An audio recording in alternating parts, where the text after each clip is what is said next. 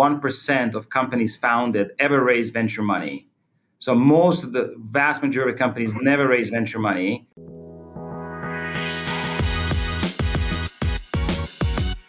Welcome back to 40-Minute Mentor, the podcast on a mission to raise aspirations and inspire the next generation of category-defining founders.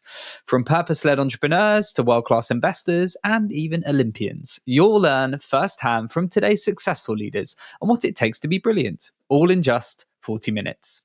Today, I'm joined by Davor Hebel, managing partner at 8 Roads Ventures, the global venture capital firm backed by Fidelity. 8 Roads backs and partners with game-changing tech and healthcare companies across Europe, Asia, Israel, and the US.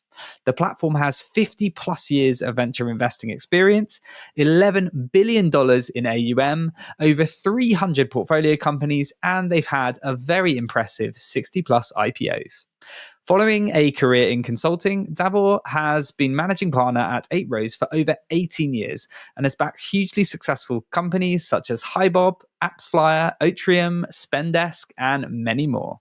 I am incredibly honored that Davor has decided to join us today on 40-Minute Mentor and share his incredible experience and career story with us all. So, Davor, welcome to 40-Minute Mentor. Thank you for being here. How are things?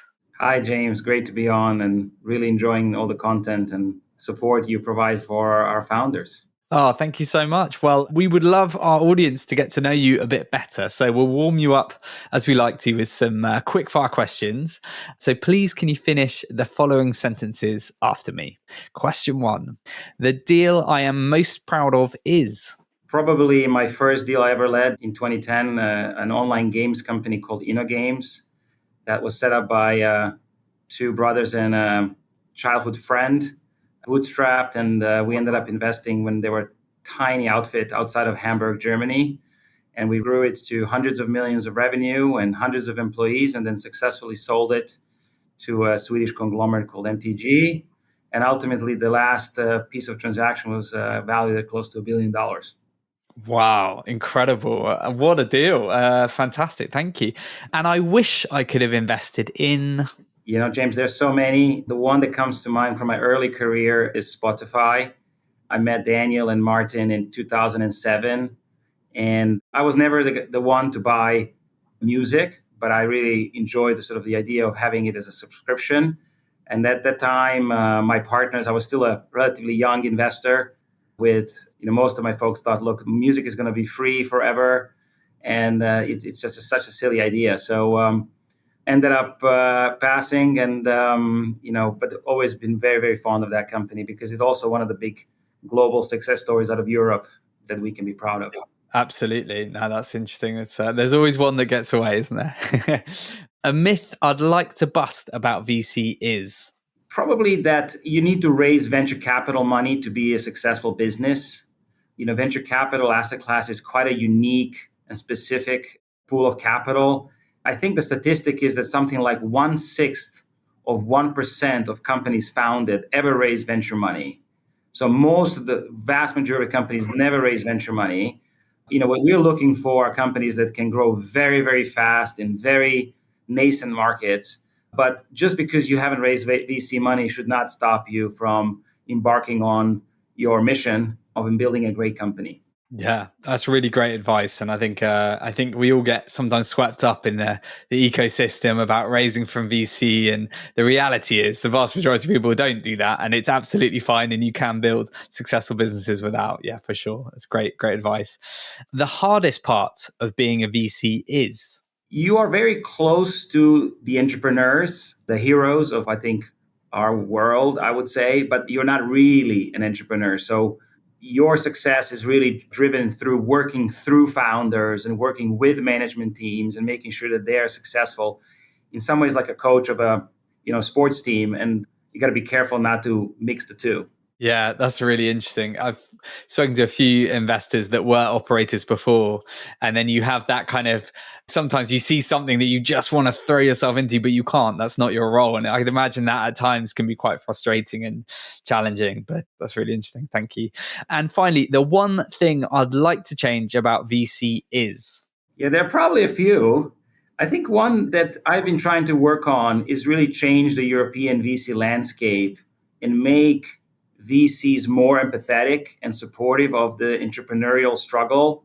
I think being an entrepreneur, it's a bit of a too fancy of a word, but I think it's a hard job. And oftentimes we need to remind ourselves as VCs that it's on a daily basis a real struggle. And so one of the things we've been trying to do is really build that empathy with our founders and surround them with support and the network and community to make their life as easy as possible, recognizing that it's not going to be easy. And the odds are really oftentimes stacked against them. Love that answer. Thank you so much. That is a really important topic. Well, I feel like we've already got a bit of an insight into who you are, Davor, but I would love to talk more about your career. But before we dig into Eight Roads and your investing success, I'd love to learn a bit about your upbringing. So tell our audience, if you don't mind, tell us a bit about your upbringing and how it has shaped you into the person and leader you are today. Sure. Well, I was born in Croatia. And at that time, it was called Yugoslavia. It was a communist country from two parents who were both athletes in the first part of their career and then educators. My dad happened to have won a gold Olympic medal in water polo in 1968 and then became a PhD in physics and became a university professor.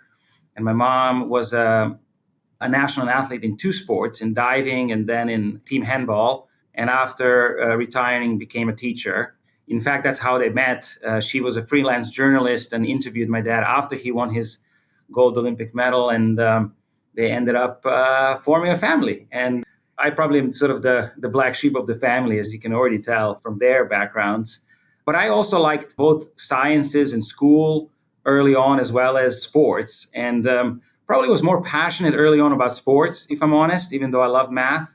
Especially team sports. I played team handball on the local team and then on a junior national team, and felt oftentimes that the team sports are a great proxy for working in companies where oftentimes the power of the collective is way stronger than any individual in particular, and have always sort of been kind of drawn to this analogy of sports and peak performance in sports as well, and then translating into business. And one of the things now we try to do at Eight Roads is also trying to create a cohesive team and making sure that partnerships can be quite individualistic, but we try to build it as a team, and team win is more important than an individual win. My dad was a big stickler for two things. Number one, you got to work hard. 99% of success is hard work. And then only when you get to the top levels, the 1% talent will differentiate you, but nothing comes without that sort of hard work. But also, he was quite encouraging for me to find the passion in life, because that hard work is going to become almost not noticeable because you're going to be so passionate about what you do. And I must admit, I lucked out with VC because it doesn't really feel like work. And for whatever reason, ended up deciding that at 17, I wanted to go to the US. And I was an exchange student in California, and really fell in love with the entrepreneurialism, with Silicon Valley, with the spirit, and also kind of decided that I wanted to stay. So I did all of my education, my undergraduate in computer science and math, my master's, my MBA in the US, and kind of learned about internet when I was studying computer science, and really fell in love in the early 90s. It was kind of amazing that you could be anywhere in the world, and through the power of the internet, you could connect with the rest of the world. And so in some ways, that really led me to my career. And, first I ended up in a consulting firm, but ultimately led me to where I am today. What a great story. And as somebody that's also have a sporting father and sort of spent all my youth in sports teams, the parallel for me is very strong and something that I've always looked to build when it comes to my own business. So thank you for sharing. You mentioned consulting there. So you started in consulting. I'd love to learn a bit more about that experience and those foundational years of your career, because we've placed a lot of the execs we place have come from a consulting background, and we know a lot of consultants move into VC. So what was that experience like for you, and what were some of your biggest learnings from that period?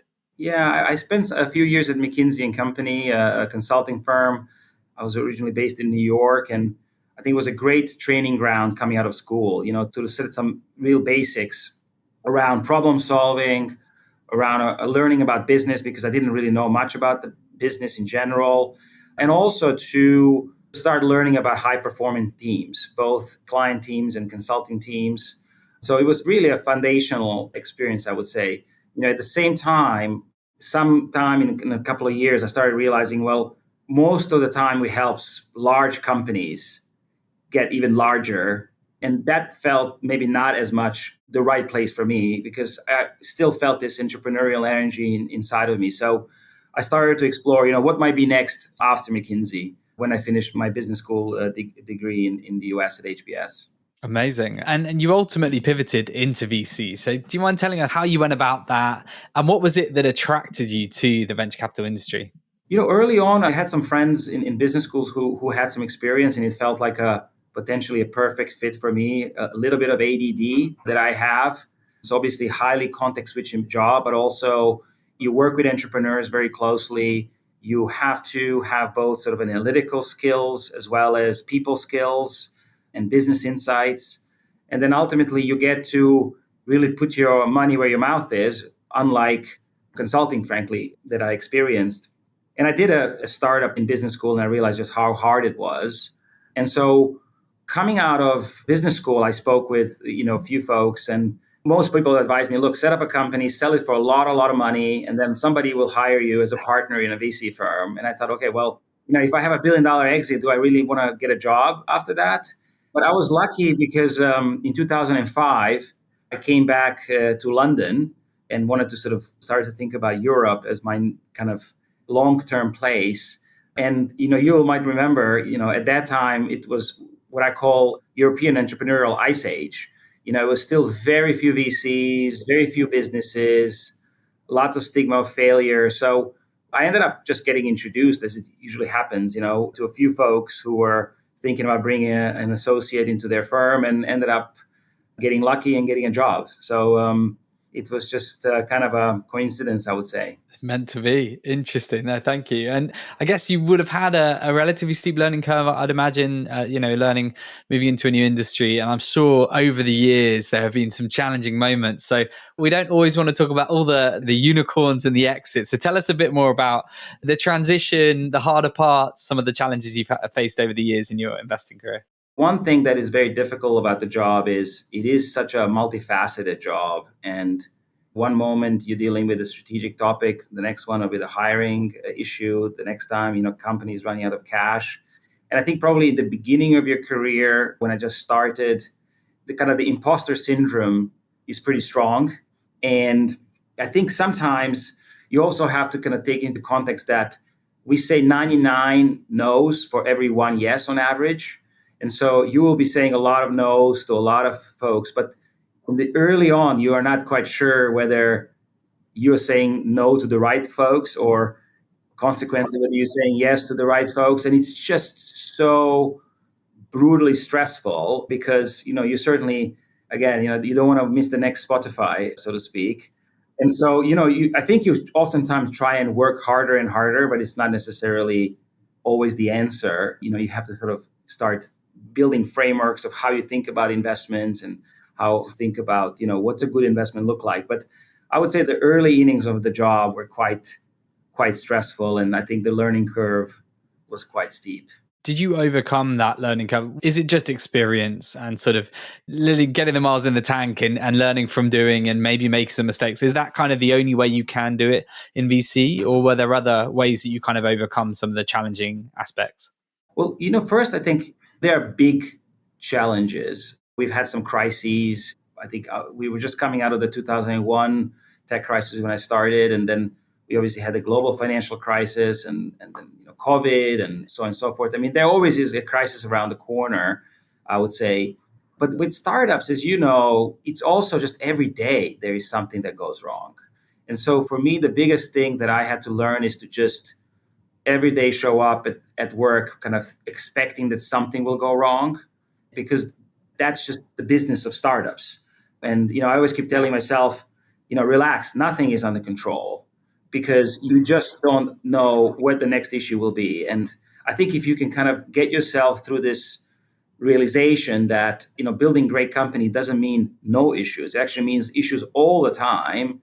I think it all of a sudden it becomes just, a much better way to frame that problem. Yeah, absolutely. And it's sort of self-selecting, isn't it? We often talk about wanting to give a realistic version of entrepreneurship on this podcast. And I think if that chaos and the challenges every day and the ambiguity, if that excites you and you have the resilience to work through that and learn from it and turn that into a positive, then you're likely to kind of probably enjoy the craziness of startups. Whereas if that terrifies you, then it's probably a sign that it might not be the environment that you'll thrive, and that's okay. I just think you're so right. I think the word entrepreneurship is a bit too fancy. It sounds very glamorous.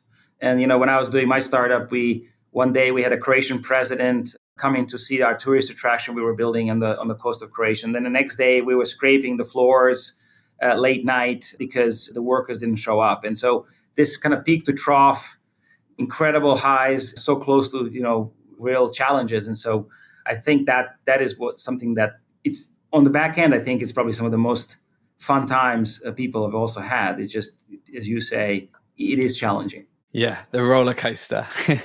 Well, you've seen it all in your 18-year investing career and have had, huge success. I would love to know your opinion on what characteristics do you need to have to become a really great investor? Yeah, you're very kind to say that. Look, I think great venture investors come in all shapes and sizes. There really is no one size fits all. As some of your guests have already outlined, lots of different backgrounds.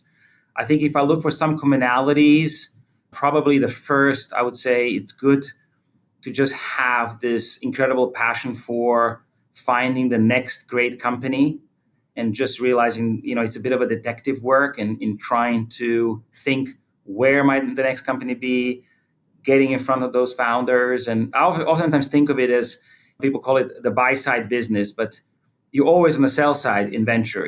Great founders have always so many options in front of them in terms of capital. So you really have to have that passion for finding the next one. Then I think, investing is a little bit an art and science, analytical mind, but also you need to at some point make the affirmative decision to make an investment. And, there are always reasons to say no to an investment. If you just want to say no, look, it's an early stage business that has many things not working properly. So, but finding the times to actually say yes and figuring out what can go wrong versus what can go really right to make it into a humongous success, I think that's a challenge. And then finally, after the investment, you need to be steadfast, helping your founders, again, avoid the peaks and troughs of today is the amazing day, tomorrow is the most terrible day, and just keep building and help them build. And sometimes fear can creep up, existential fears in the minds of founders, in the minds of management teams, and sometimes even in the minds of investors. How is this investment going to make me look in front of my partnership? But you really have to kind of somehow get away from that and learn to manage your fears and help your founders manage their fears, because ultimately on the other side of fear is greatness and success. And obviously easier said than done, but it's a daily practice that one needs to exercise. Yeah, I love that. And it's so true. And I think this is where the truly great investors are often lauded by founders for their steadfast support throughout the good and the bad, and they're there throughout. And I think that's what, if I was a founder that took VC money, that's what you'd want them in your corner throughout. So yeah, love that. We get a lot of people listening to the pod that want to work in VC. It's one of the main reasons we have been doing this feature, because we get calls about it all the time. And I know that the industry, as we've already sort of alluded to, it's not easy. There's lots of challenges to it. So I thought it would be good to ask you, someone that's been there for a long time and has seen the good, the bad, and the ugly, what important truths about the role and the industry should people know before they take the plunge to become a VC? One, I would say it takes a while. It takes time. I feel like in a startup, you oftentimes feel like on a daily basis, you're making accomplishments, you're getting things done, you're moving the ball forward. Sometimes it takes 10 years to know whether you're good in investing. And sometimes luck can also play a sizable role. So delineating what was lucky and what was good. But, I have still some of my best investments, like Hi Bob and AppsFlyer, companies we invested in sometimes, close to 10 years ago, and they're still growing. And so it takes a while for companies to blossom into and reach their potential.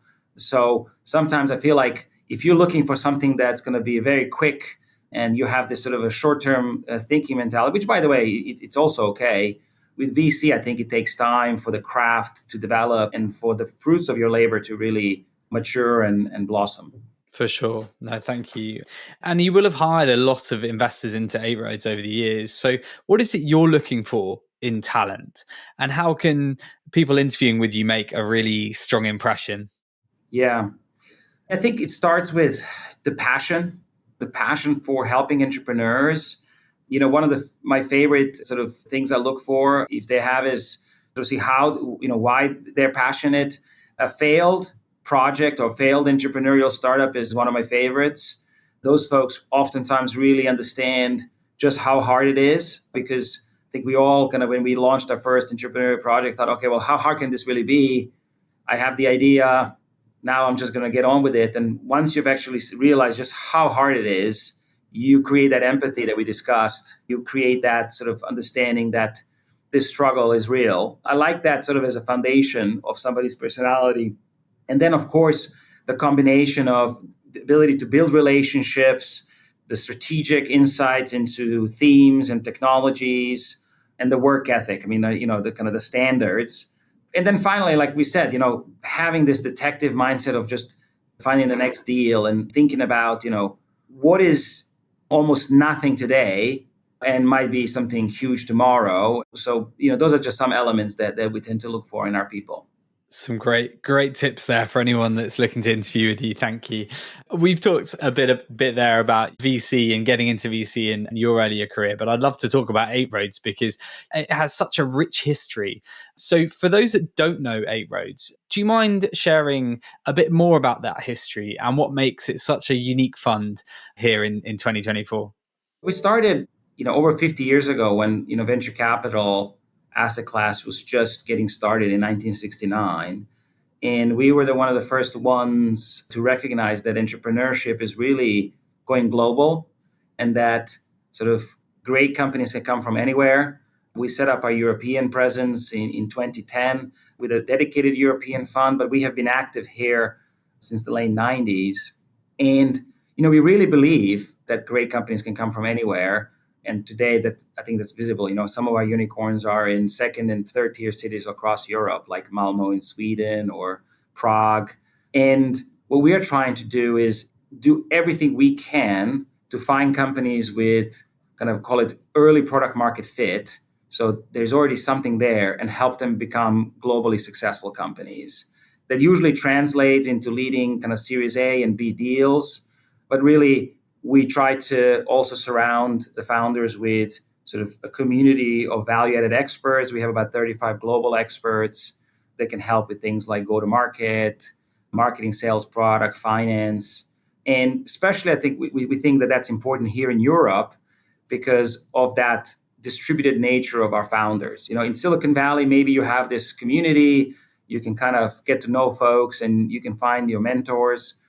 Here, if you're building a company in Barcelona, there might be 2, 3 other companies, but you really are oftentimes starved of knowing, how do I go, okay, I got to 100 employees, but how do I get to 1,000 employees? And what are the things that are waiting for me on the next step? So we're trying to really build this sort of community of experts that can help companies get to 100 and then 1,000 and then ultimately, 10,000 employees on the path of global success. Incredible. And you've alluded to a couple of the portfolio companies, but in terms of the types of industries and some names that our listeners might have heard, what are some of the most successful stories and exits? And I'd love your just take on what has made them such special companies. Yeah, I mean, globally, we had successes like Alibaba, Toast, Flywire, which are all, publicly traded successful global winners.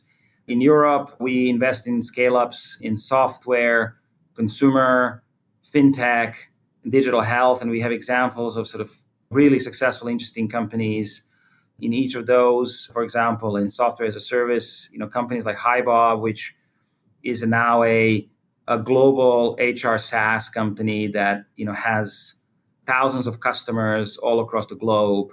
And what's been amazing for them, and I think it's one of the trends that we see with some of our companies, is that they developed an international solution from the get-go So they started off in UK and Israel, and they started selling in those markets. But then sooner than later, they found demand in the Nordics, in France. And then now they're also launched in and are very successful in the US. And so we start to see more and more companies where it's not US first and then the international, but also we see companies going the other way around in the digital health, companies like Aukin, which is a federated AI solution for oncology, both research as well as drug discovery. So they started with an incredibly strong AI team in Paris, but have now, after their unicorn status, expanded into the US. So I think in every segment, we are fortunate to have what used to be called unicorns, and they were the sort of the cool names. Now, increasingly, I think we think of companies as successful 100 million plus of revenue IPOable companies. But yeah. Yeah, I love that. Thank you for sharing. And when you're going to have so many companies pitching to you for investment, what is it that makes a founder and a business a no-brainer for you? And have you got any examples of founders that have come in and just completely blown you away? Yeah, I mean, a few things, and this has probably been already mentioned, obviously great passion for solving a particular problem. Again, to jump into entrepreneurship with both feet, you kind of need to be extremely passionate about solving a particular problem. But then the ability to articulate the strategy around it, to think about why your business might be better than the other businesses that already might be in a particular space, and then to operationalize that strategy. And the first thing that comes to mind is ability to figure out who you need to hire that is complementary to you, but then also to be able to go and hire them and to attract them. And when you have a 7-person startup, especially in Europe, where people tended to be a bit more conservative, the ability to sell and attract top talent is certainly not trivial.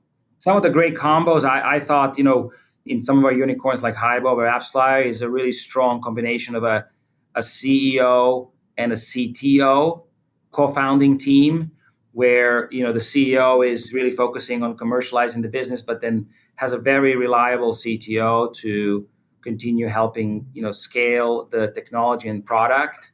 So I always, when people come to me as founders who say, look, who should I be thinking about? Just get yourself a reliable CTO, because it can go a long way as you scale the company. And then the final thing I would say that really is a commonality for some of our successful companies is just ability to execute very fast. Some of our companies went from 1 million of ARR to 100 million of ARR to annualized recurring revenue in 4 or even less than 5 years. And the ability to move fast and fix things is sort of the best phrase I used or heard. So those are just some elements of, but I would say obviously every founder can be different, and there are all sorts of shapes and sizes of founders, I would say, that can be successful. For sure. And on the flip side, what are the red flags or common things that let founders down? And we ask this to help anyone that's going through this pitching process at the moment. Yeah, look, I'm a stickler for honesty. Great pitching and stretching the truth, I think, is part of the entrepreneurial toolkit, I would say. It's really sometimes when you kind of realize that maybe there are certain things that are just not the case or not true. And investing is oftentimes, I say to the entrepreneurs, it's a little bit like marriage. We're in this for a much, much longer period. If it goes well, we might be in together for 10 years plus. And if it doesn't go so well, we might also be in it for 10 years plus. So building the foundation of trust early on in that relationship, I think, is quite important. I think honesty is paramount in that. 100%. It's so true. It's at the cornerstone of any good marriage and partnership. So, good advice for anyone that's listening at the moment. You've talked about trust there as an important, something that really matters to you, and honesty. That's a nice segue into just talking a bit about 8 Roads' culture and thesis and how you operate as a fund. How has that evolved over the years, and how would you describe it to anyone that maybe doesn't know how you think about these things? There are 2 big pillars for us. Number one is this kind of entrepreneurial centricity. And one of the things that we do on a regular basis is we track kind of our NPS with our own portfolio founders. And I'm proud to say that last time we measured it was 90. But more importantly than it's high, we really try and work to make sure that our entrepreneurs are our biggest fans. And in a competitive market where, oftentimes it's hard to tell, what's the brand message of fund A to fund B, our strong view is it's the entrepreneurs who will make the difference. Great entrepreneurs are quite well networked. They'll do their references and, they'll very quickly learn. And so we spend a lot of time, focusing on that. But just as importantly, one thing that we also do internally is going back to the team spirit. We try to build a great culture within our venture firm. And, my early sort of insights in kind of VC partnerships is that they can be quite individualistic. And what we sort of said is, look, if we have a place where everybody loves coming to work every day and we have great returns and results, then no one will ever want to leave. And so we really spend a lot of time, and I'm again proud to say that our team culture scores continue to be the highest scores of all of the things that we sort of measure on a half annual basis. I love that. Thank you for sharing. It's so important. These things for founders and investors, attrition is not something that you want, particularly in VC. You want to keep that team happy and motivated. And it certainly sounds like you're doing a great job with that. I guess for you personally as an investor, how have you evolved over the years? You are managing partner. You've gone from sort of, as you talked about the imposter syndrome at the early part of your career to being an incredibly renowned investor. So how do you feel you've changed as a leader and as an investor over the years? Yeah, I think probably the one thing that I've learned is to listen to my gut instinct more. I think I had to unlearn a few things, and I tell, our folks on our team to unlearn a few things. And in consulting, one thing that you learn is to be just hypercritical and analytical about every single thing, and that's fantastic. But then when you are faced with potentially an exciting, but at the same time scarily early stage startup, if you're just looking for problems, you will find a lot of them. And so sometimes your gut instinct is telling you, look, this could be something really, really huge. And I'm fortunate to find my way into a few of them. But I've also said no to so many. And when I look back to kind of the early years of my career, it's oftentimes been just being a little bit too smart for your own good. Like, well, asking one extra question, and the question might be is not the right question to ask, or it is the right question, but it just in the long term is not going to matter because the opportunity is just so fantastic, or the founder is so amazing, or the product is so unique and differentiated that it's going to make up for all of the potential shortcomings of that early stage startup at that time. Thank you. I'd love to look forward. We've had a challenging last year, let's put it like that, but I'm definitely seeing green shoots and reason to be optimistic. So what are your predictions for the tech ecosystem in 2024 in Europe, and what sectors or markets are you most excited about? The first thing is that in many ways, I think it's Churchill said, don't let a good crisis go to waste. 2021 was a sort of a very unique, but in some ways anomalistic year in the market where everything was doing well and everyone was getting funded. And also for every company, there was many more competitors than typically. I think hopefully 23, 24 is becoming a bit more of a realistic back to basics type of a market. I mean, there's still, as you said, venture capital money around. And I feel like for the strong entrepreneurs, they can focus on, building. And, they're obviously, AI is a very interesting theme, and digital health. There are lots of sort of interesting themes that we can think about. But I think that the most important point I would say is that these tough conditions are oftentimes where the best companies are formed. So if you think about 2001, Google came out of those times. Skype came out of those times. So sometimes the best companies get formed and they become almost kind of like an attractor of top talent because there may be not so many opportunities out there in the market. So I think in some ways, this is really a good time to be a founder, but also to join a startup because a little bit of that hot air kind of has come out of the system. That's super exciting. And I know that Eight Roads worked with Hi Bob on a survey of young people working in tech, young generation in tech, I think it's called, over the last couple of years. So do you mind telling us a bit about the findings of that survey? Because I think that'd be super interesting for our listeners. Sure. So we started doing this for a couple of years, especially as technology has now doubled in size in terms of the GDP. I think it's now about 8% of the European GDP.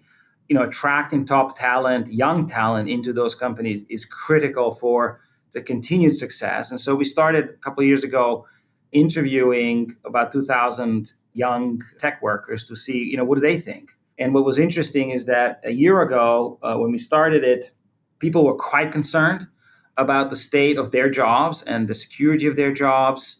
They were really nervous about the prospects of their company.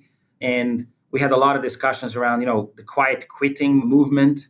And this year has actually been quite different. The positivity and the outlook has been clear. Maybe kind of some of the worst layoffs have kind of worked through their way through the system. The folks feel twice as secure in their jobs. They are also quite excited about the prospects of using AI for their improved productivity, as opposed to AI kind of taking away their jobs, like some of the Goldman and McKinsey reports have been sort of touting. They feel like they want to go back to the office. So I think over 60% of the people want to go back to the office at least 4 or maybe even 5 times a week, which again is kind of back to basics and back to usual. And then finally, they want help with their mental state. So over half of them say that their job and the stress of the job has an impact on their mental health. So those were some of the things that we took away that I think are quite actionable for startups. And the good news, I guess, in all of it is that AI, it won't replace you, but the person who knows how to use AI might replace the person who doesn't know how to use AI. Yeah, very true. Well, it's kind of the hottest topic around at the moment. Do you have any further thoughts on AI, and how it's shaping technology? And for anyone that might be skeptical or super excited, like, what are your views? I think in general, certain technologies get overestimated in the short run and underestimated in the long run. And clearly, we're in the early innings of AI. Before the LLMs, there were lots of other different AI kind of technologies, and we've invested in a number of companies already over the last 5 years. So I think right now, maybe the hype is kind of what makes people a little bit overwhelmed. At the same time, I feel like there is this undercurrent of real kind of the next S curve of innovation that's going to help both existing companies and existing businesses, as well as will create new businesses with completely new opportunities that will be leveraging these AI systems. And so what we are spending a lot of time on is looking at both categories, both how AI can power the existing startups in the existing companies, because we have about 50 portfolio companies just in Europe alone. And then we are also trying to think about, okay, but what is the new use cases and the new things that AI can facilitate? And so I think under that hype and that kind of sort of overall, and again, technology lends itself to these kind of hype cycles. I think there is this undercurrent of innovation that it's going to touch all of us. And so I think if you take a 10-year view or maybe 15, 20-year view, I think it's pretty exciting to see how not just us, but our children will do their jobs on a regular kind of a ongoing basis. Definitely. It's to be embraced, I think. And there's so many incredible opportunities out there. Before we get to our wrap-up questions, Davor, I really wanted to get your opinion on the evolution of VC. It's come a long way in the last few years for what was a relatively nascent industry when you started in it over here. What are your hopes for the industry in the year ahead? And are there any trends you're seeing within VC that you think are particularly important for our audience to hear? When I entered the industry in kind of mid 2000s, as I call it, the entrepreneurial ice age, I could have never imagined that within less than a generation, the Europe's best and brightest are going to be choosing startups, both founding startups as well as entering startups as their career of choice. I think it's really, really exciting. And we can kind of ask ourselves, where are we today? I think what's really exciting, and people should be exciting, is that actually, in addition to just people choosing those careers, we are seeing Europe becoming, in some cases, even a more preferred location for building companies than maybe Silicon Valley would have been. So there are a few companies recently, for example, in the AI space that we looked at, where the founders are European founders who build successful companies in the US and decided for personal and other reasons to set up their next company in Europe. So the first phase, kind of no startups whatsoever. The second phase is, okay, European startups are there, but they're not quite the same level as the US. And I think now we're saying, look, I think we might see maybe the next Google or Meta come out of one of the European cities. And I'm really, really excited about that next 10-year prospect. Yeah, super exciting. I feel similar to be working in and around this space, even in a sort of an adjacent way as a headhunter. I couldn't be more excited about, how far it's come in the last few years and how much incredible talent is flowing into the ecosystem. It's brilliant to see. Davor, it's been such a pleasure to chat with you, but we're sadly at our 3 wrap-up questions. So first up, I've got to ask you for your best piece of career advice you'd like to leave our listeners with as we record this at the beginning of 2024. Just do it. I think there's a lots of videos out there on things to do, things not to do, etc. I feel like in general, lots of good things happen when you just put yourself out there. And if you have a dream, if you have even an idea, just start moving towards it. And then new things will open up and new possibilities. And I think it's really time and again that we've seen great companies start in one place and end up in a completely different place. But until you start doing it and moving, you just can't get there. Yeah, great advice. And what are you personally and professionally most excited about for 2024 for yourself and also for 8 Roads? I like downturns. I like when people start to throw in the towel and start to get discouraged. I've lived through multiple times like this, 2001, 2009. I know that there are great times on the back end of this, but also the competition is going to be less. And I'm pretty excited about the fact that other people are really not excited. So, sort of a typical Buffett, be greedy where others are fearful. I think it's good. It's good for the industry to go through a period like this. Yeah, lots of opportunity for you going forward. That's exciting. And finally, given you are on 40-Minute Mentor, if you could be mentored by anyone, dead or alive, who would it be and why? Some ideas I had, I think you had some guests mentioned, people like Michael Jordan, who's my childhood hero. So I'll throw out a name that might not be as familiar to folks. His name is George Dorio. He's the founder of venture capital, operated in kind of the 1950s and all the way to 1970s. And some of the first investments he's made are deemed to be kind of the first venture investments, and things that we take for granted today, like minority investment, board seats, capital at risk. A lot of that was sort of invented in those early days. And, he was professor at Harvard Business School, my alma mater. And then he actually went on to set up INSEAD Business School and had lots of other projects that he worked on. And, I would just love to kind of get his perspectives on, I think he'd made something like 150 investments over the period. I think he was investing well into his 70s. So it'd probably be an interesting person for me to continue learning from as I enter the next phase of my career. Yeah, what an inspirational mentor and really apt and perfect way to finish this. Thank you, Davor. It's been a real pleasure and a privilege. Wish you and the 8 Roads team all the very best for the rest of 2024 and beyond. Thank you so much for having me. Thanks, Davor. Thank you for the content. Appreciate it. Cheers.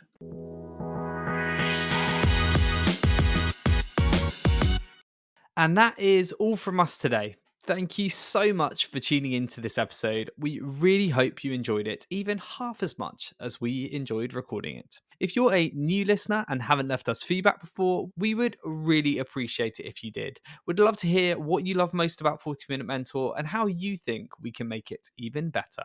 So if you have 30 seconds after this episode, I'd be so grateful if you could head to ratethispodcast.com/40mm and leave us a rating and review. You can also leave us a review on your favorite podcast platform. As always, if we've left any questions unanswered in today's episode, or if you have any suggestions for future episodes, then please do let our head of marketing, Hannah, know. Thank you so much again for all your support, and I hope to see you next Wednesday for even more pocket-sized mentorship.